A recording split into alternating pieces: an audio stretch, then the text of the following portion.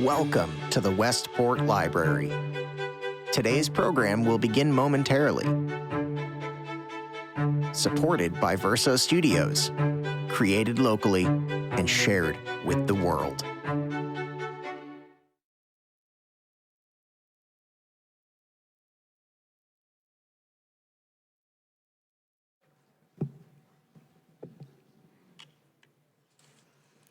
Hello, I'm Carol Erger-Fass, and I'm the exhibit curator here at the library, and I want to welcome you all tonight to the celebration of Claudia Mengel's new exhibit, Alchemy of Light.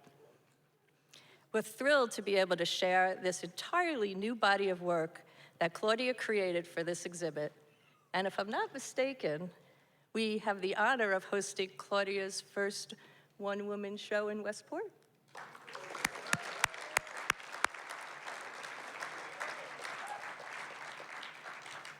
As a longtime resident of Westport and a lifetime artist, Claudia has been studying, instructing, and making art for many years. After leaving her corporate job as VP of Creative Services at J.P. Morgan Chase, she was able to devote her energy to her art full-time. Along the way, she studied with Constance Kiermaier and at both Yale and Boston universities, and has completed 2 residencies at the Vermont Studio School. She's a member of Silvermine Artists Guild and a member of the Center for Contemporary Printmaking, where she served on the board. Her paintings and prints are in many private collections and galleries around the tri-state area and across the country. Claudia works in her absolutely stunning light-filled studio at Firing Circuits in Norwalk, where we met a few years ago during one of their open studio weekends. I was immediately taken by the magic of her canvases, the brushwork, the textures, and the way each painting drew me into its narrative. And by the way, if you haven't visited Firing Circuits on one of their open studio weekends, you really should get on their mailing list ASAP. Our conversation tonight on the Alchemy of Light is hosted by the incomparable Miggs Boroughs, and I'm sure it promises to be enlightening. And before I turn this over to Claudia and Miggs, a quick thank you to the library's incredibly dedicated volunteer art committee for all of their time and expertise, and the library's media team for presenting and recording tonight's talk, which will be available on the website after the event. Thanks, and enjoy.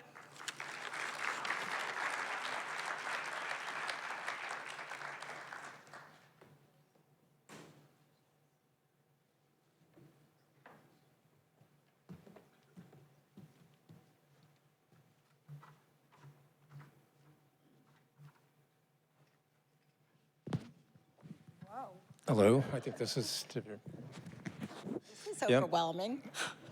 Well, this, hands down, this is the largest turnout for an art exhibit we've had. And people are just thrilled with your work. It's amazing. I want to talk about why you think that is. But first, well, I want to thank, of course, the library and Carol Erger-Fass, who's organized these things and actually was responsible for the first interview we did 3 years ago through Zoom because it was sort of post-trail end of COVID, I think. Right. But before we do any of that, do you have a special guest you wanted to call out? First, I'd like to thank the library, and my gratitude for this amazing space and just how blessed we are to have this kind of a facility in our town, and for artists to be able to show their work here is really a wonderful thing. And I want to thank Carol Erger-Fass for all her hard work in putting this together with me and supporting the show tonight, so thank you. So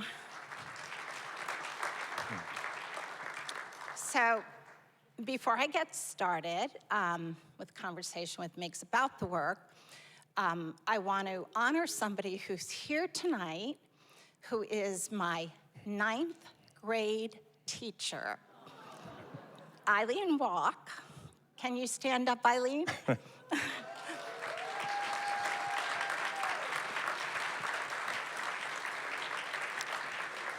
So I am gonna, all right, I gotta be cool, I can't cry. I gotta tell this story because sometimes we're fortunate enough in life that somebody comes and makes a difference that really takes the trajectory of your life and pushes it into another place. And Eileen was the person that did that in my life. And the story goes, in 9th grade, I took fundamentals of art, basic fundamental classes of drawing and color mixing and some painting, and I just absolutely loved it. It was like somebody opening a magical box, and all the things that I saw in museums and in art shows all came to life for me because I started to understand how art was created. And she encouraged everybody in that class how to draw, how to paint, and encouraged us to just keep moving and doing art. So I took the class, moved into high school, and then didn't really connect with a lot of the teachers and the classes in high school, so I stopped doing art. One spring day, I'm walking back. I'm now a junior in high school. I'm coming down from the high school to the middle school on my way home, and I decided to stop in and see if Mrs. Walk was there. She happened to be there. She was getting set up for the next day in class, and I walked in and we had a conversation, and the conversation went like this. So, where are you going to college and what are you gonna do? I don't know yet, but I'm gonna be a psychology major. Better that I am an artist than a psychology major, I can tell you that right now. But that's what I was gonna do. And she said, really, so what did you take in high school? Did you take art? And I said, no, I didn't take any art. I didn't connect, I'm not really that great at it. And she said, but what is it that you love? And I said, I love art. And she said to me, if you wanna study art, you come down here every day after school and I will help you get a portfolio together to apply for art school. And she did. So I applied for art school and I got into most of the art schools I applied, and off I went to have a life with art. Thank you, Eileen.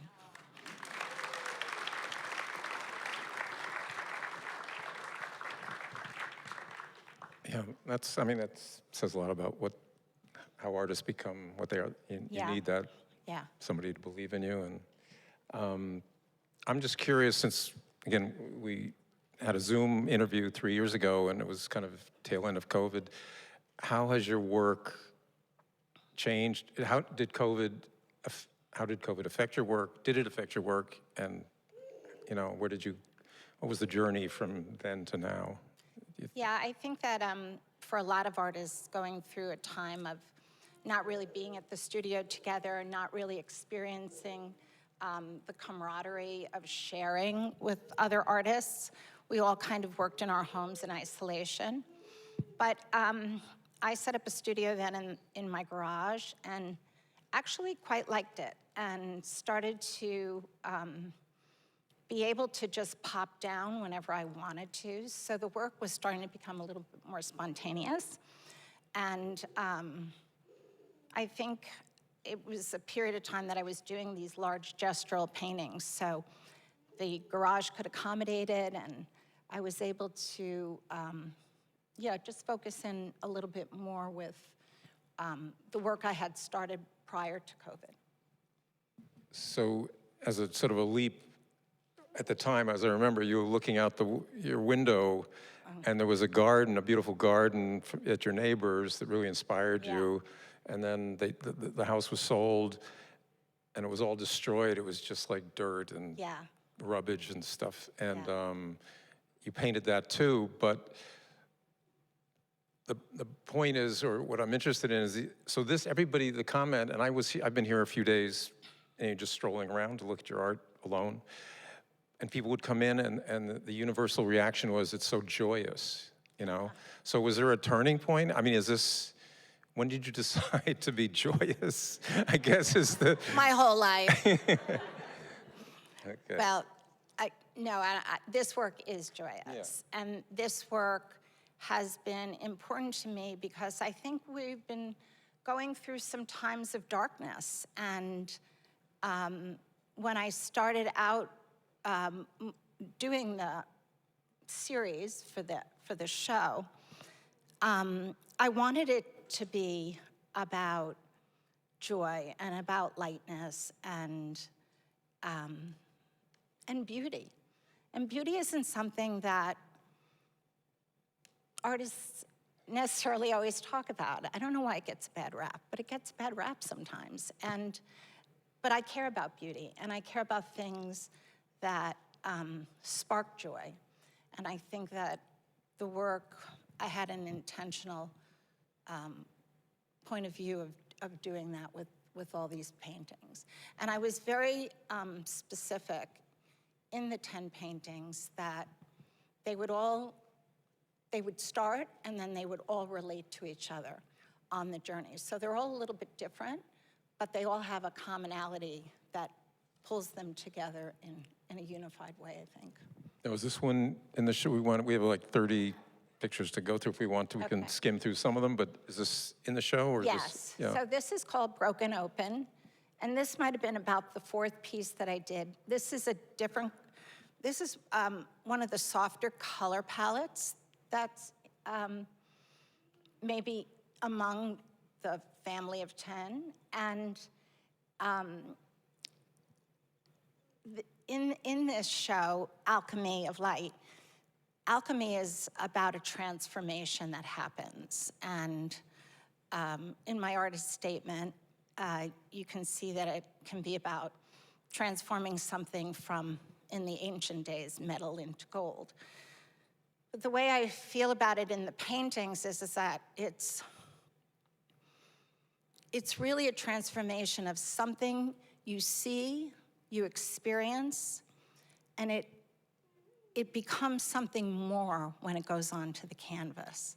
So there is an idea and a thought, and then the alchemy comes when it's transformed over and it becomes something else. So what interests a lot of people, and me included, is, we're brought up to identify, since we're able to, in kindergarten, we're showing pictures. This is a boat, this is a cat, this is a tree, this is we have to remember, and we learn, everything is very representational. That's our world, that's how we just, construct our world. And then, but I don't see any cats or trees or boats in this. How do we, You don't? Well. But we don't have to. It's like music. Actually, somebody said this is abstract art, and maybe you did in another interview, that it's very akin to music, and it's one of the only few non-representational art forms that still can invoke, joy, right? Yes. So, I think to be an abstract artist, you have to see the world differently and have an imagination for it. So I think one of the things we learn in art school, and certainly learned in the fundamentals, is that you break things down into shapes and forms and perspective. And so a tree necessarily isn't a tree when you're looking at it. It breaks down into light and darkness and shadows and values, and it can become anything you want it to become. So very early on, I started seeing the world differently. I started looking at things differently. I still do. I live out here. I don't necessarily live in here. And it just conjures up an imagination and a story that I can tell from my own perspective. So that's part of it. Should we go to the next one, or do you want any comment on this one? We can do. So this is the second one I did after New Beginnings, and this is called Hide and Seek. And this one, unlike the other maybe 9 in the show, has a bit of my older style of painting in it, or my style before this, where I worked in very big fields of color and areas. And I love the play of, as you take the journey as a painter, I like the viewer to be able to see a little bit of the journey that I took while I was painting it. Some of the things that didn't stay in the painting pop out. Some of the things that, because it's a game of editing, some of the things that I thought, well, this doesn't work anymore, so I took it out. Then you put things back in. So this kind of has this back and forth perspective to it that you get the front level of things going on, and then there's things behind it. And I love that juxtaposition in a painting. Do you mind if somebody sees a tree in there? I mean, is it, or not, or, Miggs, you know? there's a tree in there. Actually, this one's a little playful, and it has a feeling that it could be. But you don't mind, in other words, people, it's open to interpretation, or do you really, are you like a guardian of its message in terms of? No, I think for most viewers of art, you should take away whatever it is you want to take away from the painting. I think it's important how you connect. Sometimes I connect with something and I can't really even figure out why I'm connecting with it, but it just pulls me in. And so I don't mind if somebody sees something that I had no intention. And that happens a lot in abstract work, and happens a lot in my work, I think, as well. Yeah, and I think some people, they don't necessarily know how to look at it or treat it. I mean, this, again, we use our childhood kind of imprints of, I see trees, I see water, I see a landscape. Yeah. Would it be wrong to say this is an interpretation of a landscape? Yeah, no, you're right there. Okay. So, I'll give him that. So, this is actually work that I did 20 years ago. So in the slides tonight, the 30 slides or so, I put 2 in here to show that at some point I was doing much more representational work, where there were things that were recognizable. And I did that for quite a period of time, and I enjoyed it. But after a while, you can get okay at something, and then you don't want to keep doing the same thing. So you start spreading out, and I started to move more into not having things quite as recognizable. Okay, is this a transition from Yeah, into well, that? that's transitioning more, but that's still pretty recognizable in my mind. So actually, in one interview you did that I think I saw on YouTube, tell me if I'm misquoted or misinterpreted the quote, but that the shapes, you saw that the shapes you create as guests at a party, and you wanted them all to, like, is that something along those lines? Yeah. Does that make sense? Well, I always think that when you're working on a painting, everything has to somewhere get cohesion in it, right? Everything has to hang out together in a certain way to become a interesting painting. And sometimes it's like being at a party, and if there's somebody at the party who's very, very loud, it just stands out, and you can't pay attention to all the other things going on at the party. So I think that that's kind of what I was referring to when it comes to. But I mean, sometimes so this is early? Yeah, so I put a few figure slides in here. We could weed through them. And the reason I put them in is that there was a period of time that I went back to doing figurative work.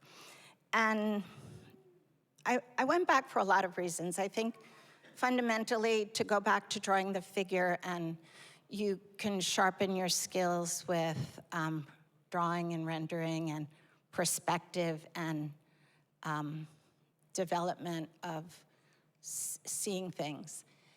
And I went from doing a lot of line work drawing to then moving them into paintings. And the figurative paintings here, I think, became people at rest. And that just intrigued me. So I did a lot of figure work, and that's why I put it in here, because it doesn't relate to this, although everything we do as artists brings us to the next place. But I find that the figure work was really an important body of work to where I've gone as a painter. So this looks semi-figurative. I mean, Yeah. I see round shapes that could be, I'm Yeah. sorry to keep trying to analyze everything, right. but yeah, I mean, trying to get the inspiration for this, what triggers, and it gets more interpretive, I guess, for you. Yes, yeah, and I think here it is, this painting was actually called Resting, and it is a figure at rest. And this painting was hanging in my home, and when people would see it, they would notice that there was a figure on the right, kind of bowing to this person resting. But to your point, that was never intended. That was to be some part of the background landscape. So people see things in the work and they have their own interpretation in it and are pulled in for different reasons. So a little off topic, and I don't want to tell tale out of school, but when we were hanging your show, I noticed, and stop me if you don't want me to talk about your signature in a. Oh, yeah, no, you can talk about it. So I noticed in one of she signs her work in the lower right very clearly, and in one of the paintings was a faint signature, an upside down signature in the upper left. So my first thought was, did you change your mind about the orientation? Did you decide to flip the painting and say, no, I like it better this way? And then you tried to paint that out, which you did pretty successfully, but I saw a little vestige of it. Miggs, you're way too literal for me. No, so actually it comes to the question I have, which is kind of a weird, if somebody bought one of your works and they said, we just hung it in our living room, we'd love for you to come over and see it, and they had hung it upside down because they liked it better that way, would you be offended, or how would you, have that ever happened? I would never go there for dinner. Forget it. I wouldn't know. Well, the story is, when we were hanging this show, I had pulled a old canvas that I loved the background, and it's the painting called Passion. So it has the pinks and the oranges, and it's very passionate colors in it. And the signature is, because it was an old painting that I was gonna rework, and it's the only one that I did rework for this show. Miggs pointed out when I came over to hang this show, your signature's on the upper left. And of course, my husband said, well, you gotta get that out right away. And I go, oh no, I don't. Oh no, it's staying. It was once something else, and it now is this. So I'm leaving it that way. No, I love that you let the process show through the journey of the painting, wherever it was once before. Yeah. And then I said, should we x-ray this painting to see what's underneath? Is it different? We should. Let's see, what else we have here? Is this early, current? Yeah, these are early. You could click through some of these. These are more gestural paintings that I did. I did this during COVID. This was inspired by the gardens, because now you're outside, you're looking at your own landscape. So painting these paintings, you can go to the next one. This I did in Vermont Studios, and I was there in the winter, and I was there in the spring. And you get these beautiful studios, and this was just a painting of the landscape. There were just these beautiful, vast plots of land there, and you could just look outside. So there was so much inspiration to do the work. No, I've seen, maybe some people have seen, there's documentaries of Jackson Pollock, and he seems like a very angry painter. He's throwing paint, and then he's dribbling. He never looks happy, and he never looks happy with doing what he's doing. And you're a completely different painter and different results, but I'm curious if somebody was to, and maybe they have, video you painting, does it look Is it energetic? Is it very meticulous? What do you look like when you're painting? Well- I mean, energy-wise, is it? So all the work up until this series had a lot of energy, and I was pretty much a gestural painter on my feet, big canvases, big brushes, big areas. Truth be told, when Carol asked me to do the show, I had gotten a knee replacement. And who knew it was going to be so painful? I was told, 2 weeks, you're out and running, you'll be fine. I was back in my studio a couple of months later, and I was standing to paint to get ready for this show, which was going to be something I was going to work on for the whole year, and my knee was killing me. So I started painting sitting down.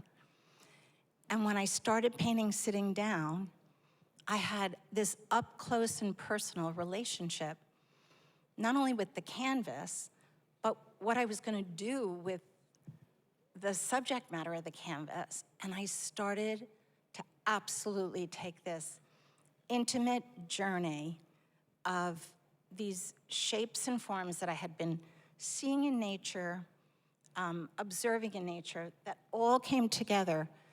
So it became work about pattern to pattern and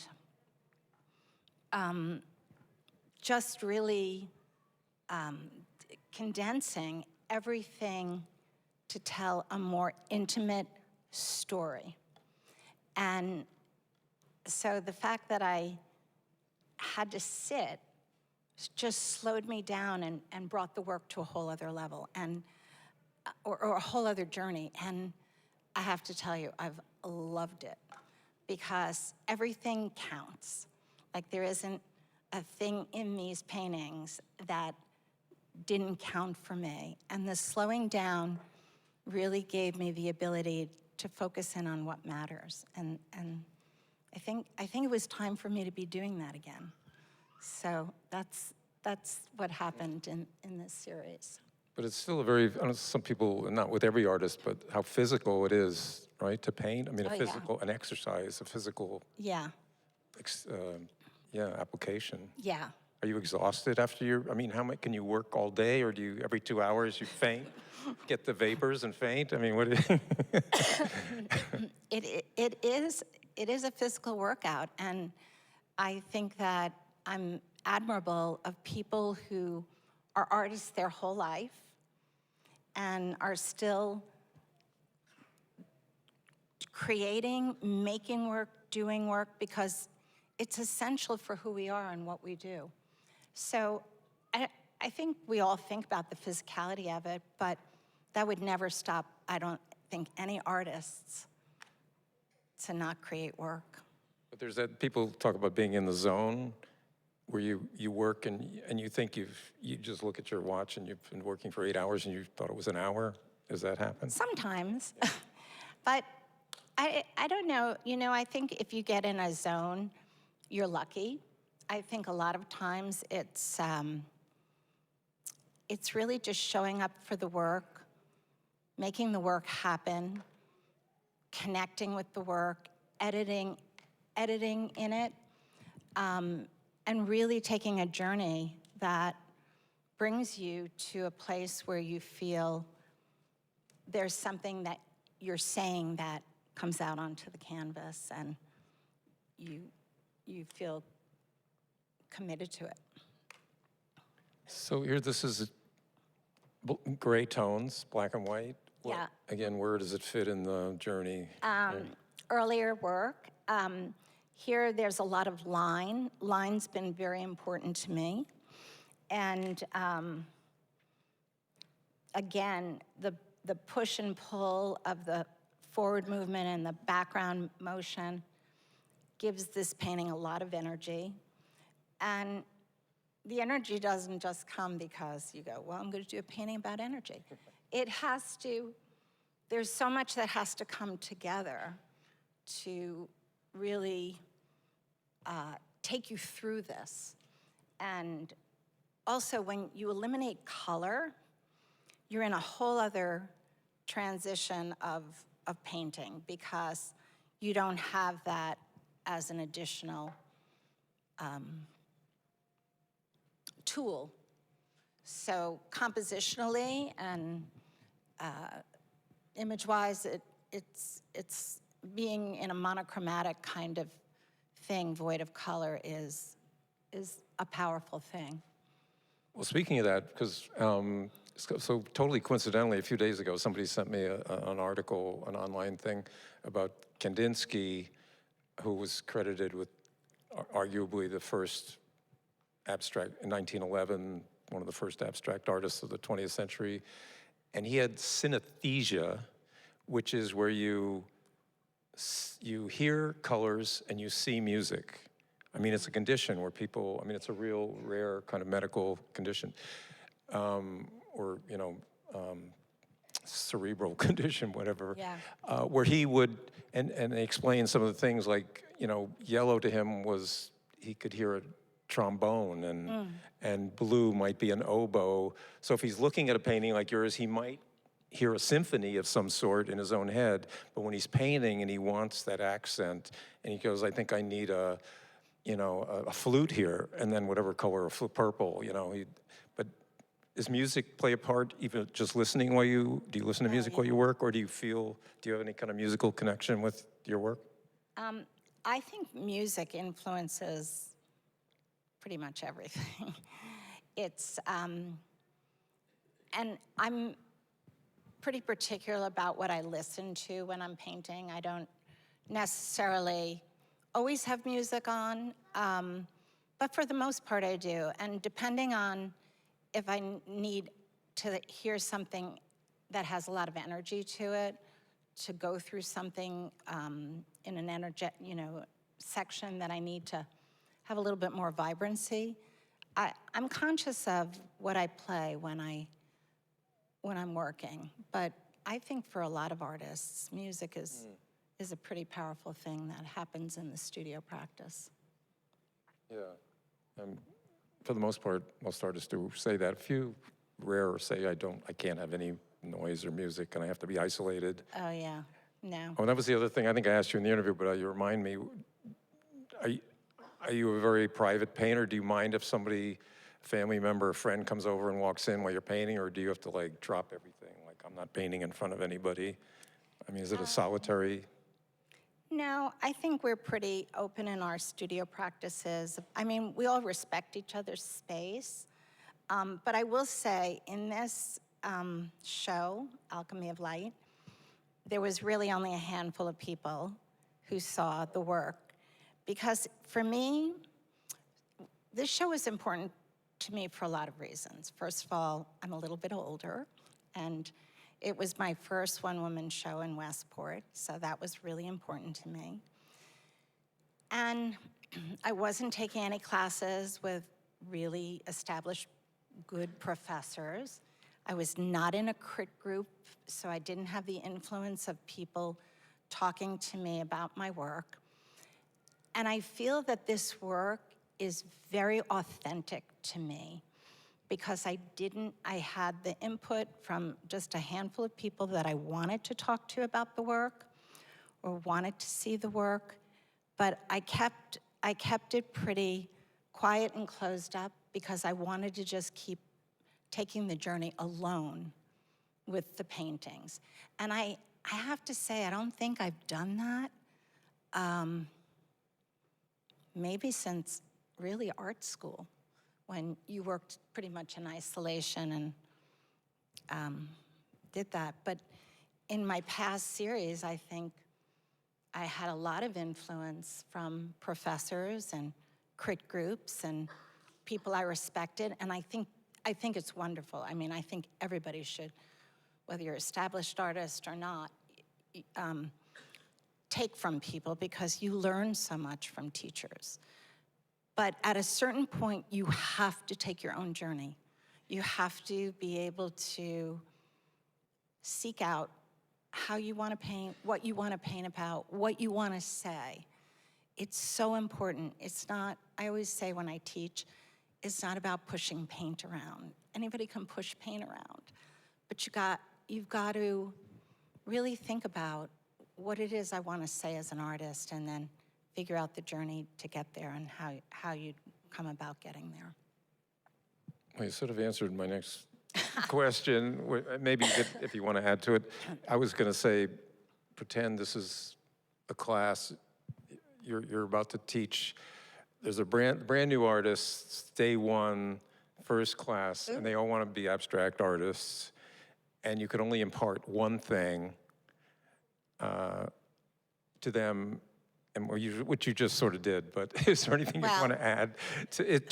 They have to be abstract artists, not like, whatever their passion is. They're here to be abstract artists. Yeah. What could you convey? Maybe I can tell you, let go of what you know.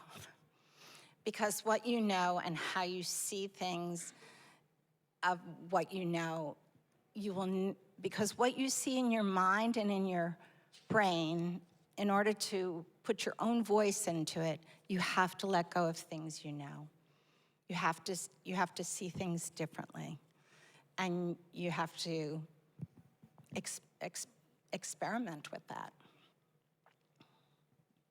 It's not easy to be an abstract painter, though.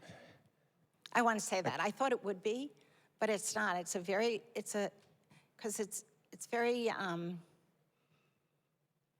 think there's a vulnerability in it, and it opens up other things, I think, that people aren't necessarily comfortable with. And I think people who have a lot of perfection in getting things right, it's very hard to give that up to, like my trees. Yeah, like your trees, Miggs. You gotta give up those trees. Well, actually, there's a quote which speaks to that. You said, and I think, if I'm quoting you right, it says, "My art comes from not looking." Meaning? So, if you look really hard at something, you're gonna have that conceived idea, and then you're gonna try to make that thing. Now, that's okay if you wanna do representational work, but I wanted to feel the emotion and the connection with it. And, I think in the works with this show, I mean, the titles are very real to me, like Sunday Morning or Spring Rain. You could look at it and go, well, what does that mean? But, Sunday morning has a very particular feel to it, right? It's not Friday night. It's not Saturday. Sunday morning has a feel to it. And I like to paint parts of what I think Sunday morning would look like. And so it's not always what's seen. It's the unseen. So,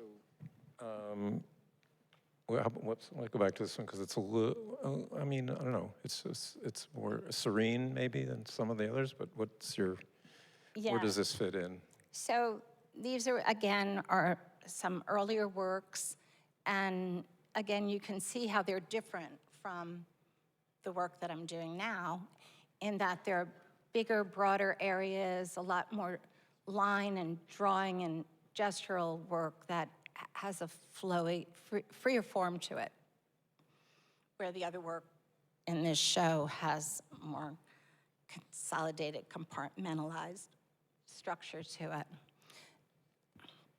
Same with this. Now this sort of jumps out and a lot bolder. And So I did this series when Miggs and Carol had done a thing for the library 3 years ago. I did a series of work called Beauty and Destruction, and Miggs is right. Our studio is in a very urban area, and I looked out the window, and there was a man who took immaculate care of his garden, and he used to have an aluminum coffee pot that he had on his grill in the morning, and his little granddaughters would miss the flowers in the garden in the morning, and the garden was gorgeous. It was just immaculate. It was like a gem sitting in the midst of all this craziness. And so I started to paint the garden, and this was one of the paintings from there. And then all of a sudden he left, and I didn't see him, and then I talked to somebody down who was still living in the house, and they said he had left to go south. And the whole beautiful gardens and everything became destroyed. Nobody ever took care of them. So I started to paint about the destruction of them. So I did this whole series on beauty and destruction, which I think are in some of the other slides. That was one of them, where everything is sort of in turmoil and a little bit of upheaval. So one of the interesting sidelights of our discussion in that interview was the medium. You used you mentioned joint, you sort of in passing, you said joint compound, and I went back and what are you are you repairing toilets? I mean, what are you So joint, that's a medium you use? Yeah. Which is a plumber's paste, right? Or adhesive? So for anybody who's an artist here, if you want to get really great texture and juicy textures on your canvas, joint compound is almost like a textured gel, but it's, you can get in Home Depot, right? Does it mix well with paint? Can you It mixes beautifully with paint, and it doesn't change color. It doesn't change the chemistry, even though the joint compound looks gray. The color that goes in is the color that you get. So it's pretty incredible. And so I actually use it a lot in my work because I get a texture buildup pretty quickly with it. And you can also go over it. You have to learn how to apply it in the sense that you can't have it cracking off. So it takes a little getting used to, but it's a great thing. I learned it in one of David Dunlap's classes. He's like the master of materials. He's like a magician. So we have a few more minutes, but we have 8 slides more if you want to cycle through them quickly, or? Yeah, sure. This was also part of the beauty and destruction, and this actually had some beautiful pops of the garden, and then there's a lot of joint compound on this, and I just did so I painted this beautiful painting of the garden, and then I started to block out the destruction that was happening. So they became really interesting paintings, because there's something about the juxtaposition between the elegance of the garden in its beautiful form and what happens when people don't take care of the gardens. So you have this back and forth, but I think it makes for a really good abstract painting. And this is actually a monotype that I did of that garden, and it's all the plots and just, once again, just the chaos and the craziness of the land and the sadness in watching things die that were so beautifully tended to for so long. And this is from Alchemy of Light, and this is called Morning Has Broken. And again, you can see the difference now from the other slides, how there's just so many more intimate details to create this landscape. And more texture. I see more texture, right? A little more texture. So speaking of, I think you said, I don't know when we're hanging it or you described in the bio there that the sequence is the Alchemy of Light. One painting inspired the next. I mean, it was like a sequel, right? One painting was the sequel to the next? Yeah.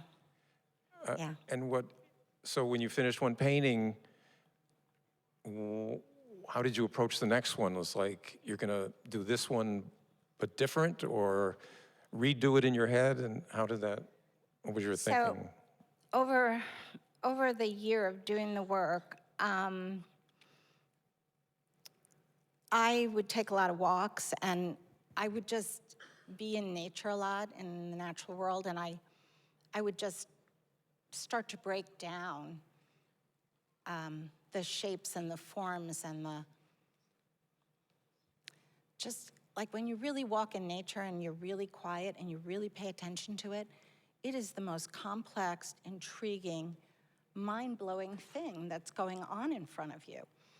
And as an artist, I would see it as line and shape and form and some color, but the color is something that I think in my imagination I apply. So I would get these ideas in my head. So I had a lot of things that I was thinking about that were there before the paintings were there. And I think that's probably true for a lot of artists, that we're constantly... So you just had a lot to say, and you couldn't say it all. It's kind of like an 8-part Netflix thing. Yeah. You couldn't say it all in one. You need to come back from my series. Yeah, right. And this was my first one. And I have to say, so this is called New Beginnings because it felt very symbolic for me. Felt like this was a new beginning. I was doing a new body of work. I had turned 70, and I thought, this is new beginnings. I'm gonna do this whole show in a very different way than the way I've been working. And that was very exciting for me. And I love this painting. I mean, it came out and I was like, okay, I'm gonna do another one. And the second one wasn't quite as good as the first. But I worked on them in a series, and Kate Ordway had done my artist statement, and she was so brilliant in giving me a bunch of questions to describe the work that she could then write the statement for. And I said, well, I don't know that you really want to write about this, but every night when I'd shut the light off, I'd have all the paintings up, and I felt they were talking to each other. And I felt they were like my kids. What is she doing to us now? She's changing this, she's moving this around. And I'd flick the light on the next morning, and they'd be there, and they kind of were like your kids, like, oh, this isn't right. This has got to change. And you're not doing as well as the other one.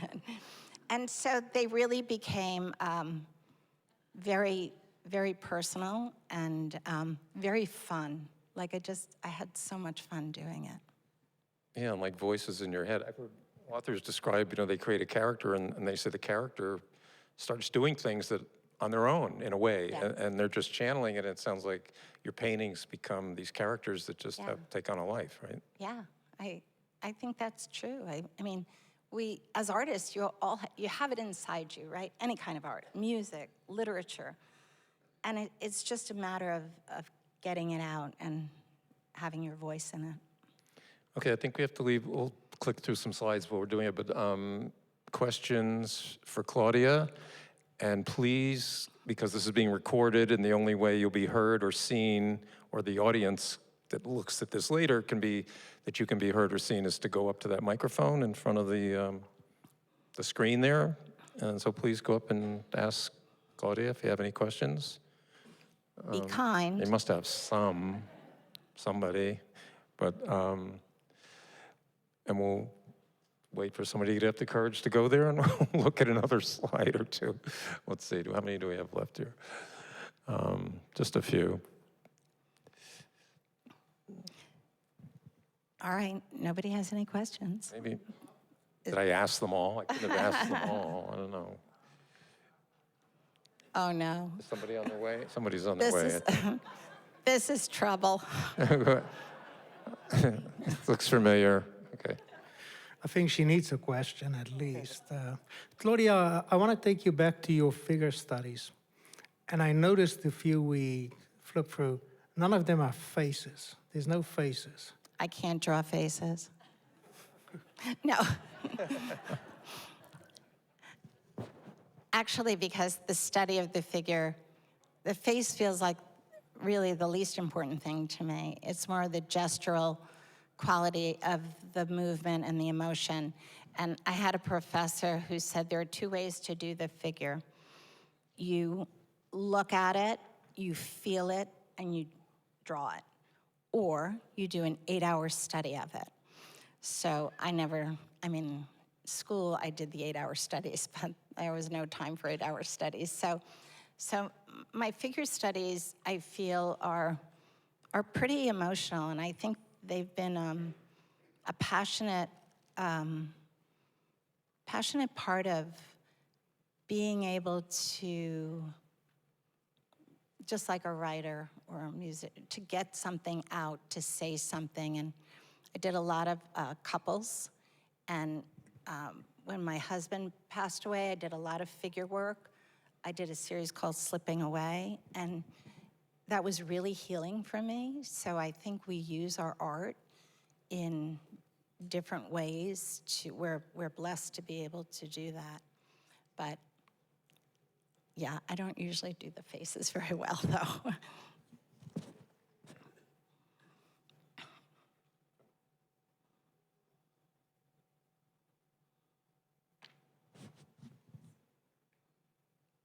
Oops, I guess that was it. All right. Looking, I didn't realize it was the last one. Okay, well, we can leave it on that. Unless there's any more questions. We've covered it all. Well, thank you all for being here, and thank Thank you, you. Claudia.